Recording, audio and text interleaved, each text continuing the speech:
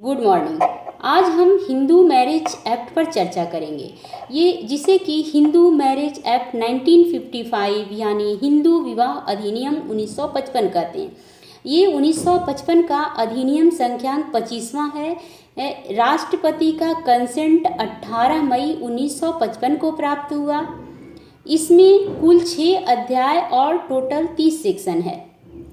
इस अधिनियम का उद्देश्य है हिंदुओं में विवाह संबंधी विधि को संशोधित और संहिताबद्ध करना।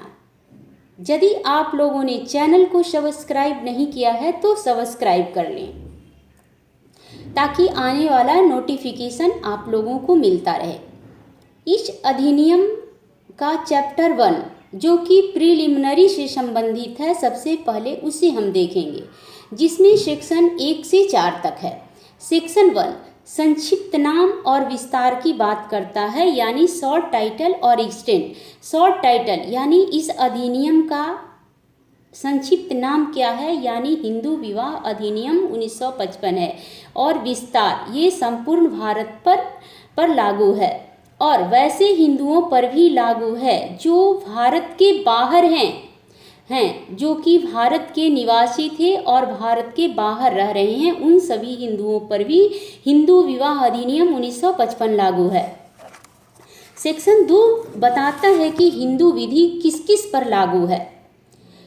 तो पहला कहता है हिंदू विधि वीरशैव, लिंगायत, ब्रह्म समाज, प्रार्थना समाज और आर्य समाज के अनुयायी पर लागू है। दूसरा, ऐसा कोई व्यक्ति जो धर्म से बौद्ध, जैन और सिख है उस पर भी लागू है। तीसरा, ऐसा व्यक्ति जो धर्म से मुसलमान, पारसी, यहूदी, ईसाई नहीं है उस पर लागू है। और कहता है वैसे व्यक्ति पर भी लागू है जिसके माता या पिता दोनों में से एक धर्म से हिंदू, बौद्ध, जैन या सिख रहे हैं, चाहे वैसा बालक लेजिटिमेट हो या इलेजिटिमेट। छठा कहता है कि वैसा बालक चाहे लेजिटिमेट हो या इलेजिटिमेट, लेकिन दोनों माता या पिता में से कोई धर्म से एक हिंदू, बौद्ध, जैन और सिख रहे हैं और उनका लालन पालन हिंदू या बौद्ध या जैन या सिख के रूप में किया गया है। और वैसा व्यक्ति भी हिंदू है जो बौद्ध, जैन या सिख या हिंदू धर्म ग्रहण कर लिया है, यानी धर्म परिवर्तन करके वह हिंदू बन गया है, वह भी व्यक्ति हिंदू माना जाएगा। और कहता है कि संविधान के अनुच्छेद 366 के खंड 25 में बताया गया है कि अनुसूचित आदिम जाति के सदस्यों पर हिंदू विधि तब तक लागू नहीं होगी जब तक गजट में पब्लिश नहीं कर दिया गया है। अब चलते हैं सेक्शन 3। सेक्शन 3 डिफिनीशन क्लाउज है। सेक्शन 3 का ए जो है रूढ़ी और प्रथा यानी कस्टम और यूसेज से संबंधित है। तो रूढ़ी और प्रथा उसे कहते हैं जिसे कि लंबे समय से लगातार उसका पालन किया जा रहा है उस स्थानीय क्षेत्र, किसी जाति, समुदाय, समूह और परिवार में। तो दोनों में अंतर सिर्फ यही है कि रूढ़ियाँ थोड़ा कम प्राचीन है जबकि प्रथा काफ़ी पुराना है। बी जिला न्यायालय को परिभाषित करती है। जिला न्यायालय यदि किसी क्षेत्र में नगर व्यवहार न्यायालय है तो वही जिला न्यायालय कहा जाएगा। तीसरा है सगा और सौतेला, अर्थात फुल ब्लड और हाफ ब्लड किसे कहते हैं। सगा का मतलब है कि जिसके माता और पिता सेम ही हैं, वो सगे कहलाएंगे। और सौतेला कब कहलाएगा, जबकि पिता सेम है और माता डिफरेंट होगी तो सौतेला कहलाएगा।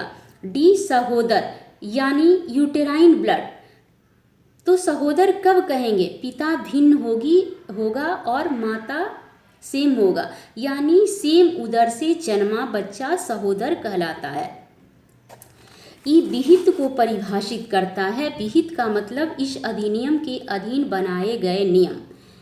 एफ सपिंड रिलेशनशिप यानी सपिंड नातेदारी। सपिंड नातेदारी माता की पीढ़ी से ऊपर 3 पीढ़ी और पिता से ऊपर 5 पीढ़ी, ये सपिंड रिलेशन के अंतर्गत आते हैं।